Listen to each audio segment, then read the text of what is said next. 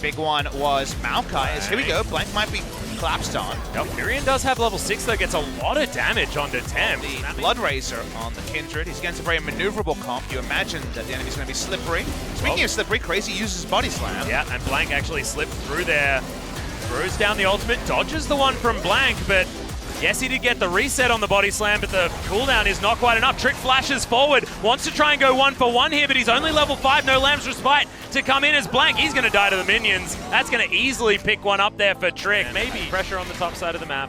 Crazy.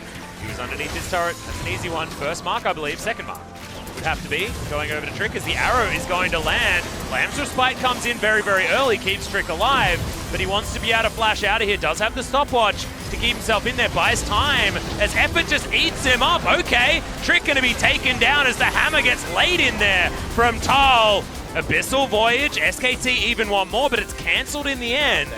Not always going to be worth it. Yeah, maybe a little bit more difficult. Okay, Ignat gets himself a Bone Skewer, and Effort is going to get stunned up. Oh, Trouble Bubble from downtown out of Tempt. They should be able to get this, but the ultimate to turn it around, and Effort actually just wants to keep himself alive. Trick uses the ultimate to keep himself up, but it's going to be the Tahm Kench eating the Kindred, and they trade 1-for-1. That is not what BBQ wanted, because Tar's on the bottom side, hyper driving through this turret. Earning its keep for BBQ as Ignat takes it. Mimic Distortion, and now Effort's going to fly forward. Abyssal Voyage is going to get bang the kill onto the Pike. It's once again the problem Pike situation, as Soul Shackles are not enough to stave off SKT, and this could be the 2 picks, especially when it's the bottom lane. The HP value and also knowing what's happening around the corner.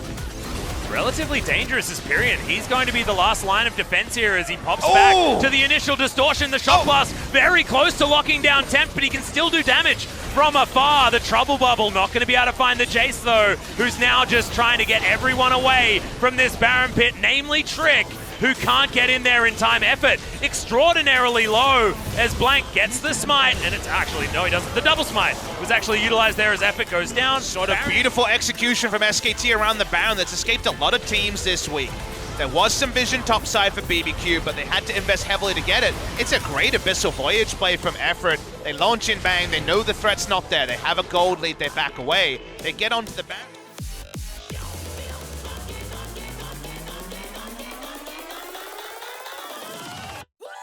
Play that SKT as an org has been come to know. Pushing into this inner turret with a bit of risk here, but Ghost not going to be able to bend to close to 11,000, and Pirean unanswered as he takes down the first inhibitor turret of the game for SKT. Ignat was lying in wait to try and get this pick, but all of the buttons go wide, and BBQ now just need to deal with minion waves. Tempt not finding the Trouble Bubble, at least not close enough to try and lock down a kill. The Paddle Star goes wide as well, and BBQ Olivers, they're just going to continue losing objectives. The inhibitor on the top side of the map is dead for now 5 minutes, and the inhibitor turret in the mid lane is about to go down. Pirean now flanking for his team. Ghost Water Dive from Ignat. As soon as he pops out of that, he's just a target as Tal has to flash. BBQ Olivers looking for a little bit more here on the bottom side, but that buys time for SKT to control the mid lane, and Bang doing that with the volley, slowing down the approach of BBQ. As Bang actually does have to use his QSS, I believe, to get out of the way of the binding. Sold by the book, though. It's really nice stuff from SKT. They've already got 2 inhibitors in bloodless fashion. Third turret really low. Nexus turret's being taken down by Pirean in the meantime as well, as they're happy to 4v5 in this siege with the Baron. They'll take down a Nexus turret and their last remaining inhibitor turret, and now the base is well and truly in shambles. Does SKT even need to go home? The Baron buff wears off, and that's one hell of a power play. It would be insane if they were not. Well, they just managed to go home and spend about 2,000 gold at least each.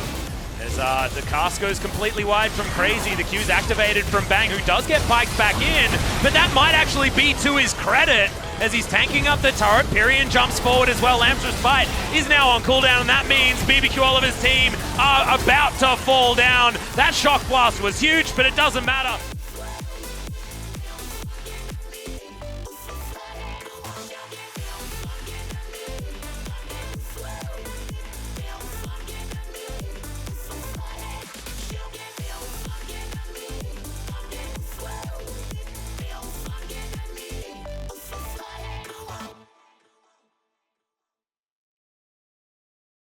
Nexus is going to go down, and SKT a 2-1 victory in the end. Well-deserved victory for SK Telecom T1. They keep rolling in with this Fakerless lineup 2 series in a row, and while they do drop game number 2 and give a lot of people pause, they end up closing the series 2-1, and it was not close in game number 3. Their fundamentals were strong.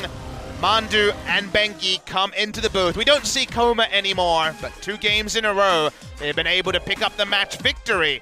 People will wonder, how much will this be the new norm for SKT? When will the great man come back? Because right now the match score is suiting SKT. Well, I think Faker's getting some well-deserved rest, and Pirean's getting some well-deserved stage time because he has been a great addition to this squad. Now the LeBlanc, an undying performance. He didn't necessarily crush the Zoe, but he did his job, right? And this is what SKT can do. They can get behind Bang. They can win with different people at different times if they want to. And this might be what the meta is calling for, a Bang carry rather than a Faker. But Atlas, change is scary. We know that Coma is in the back. We know that Faker is in the back.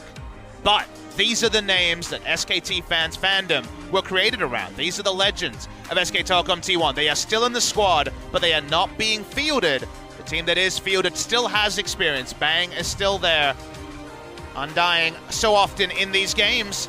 And the fundamentals that were shown at the best times of SKT were on display from the 5 members who hit the Rift today. Yeah, so it's the coaching staff able to instill the SKT mantra in these younger players that don't necessarily hold the lineage for the squad. However, still a victory, and it's still a clean one.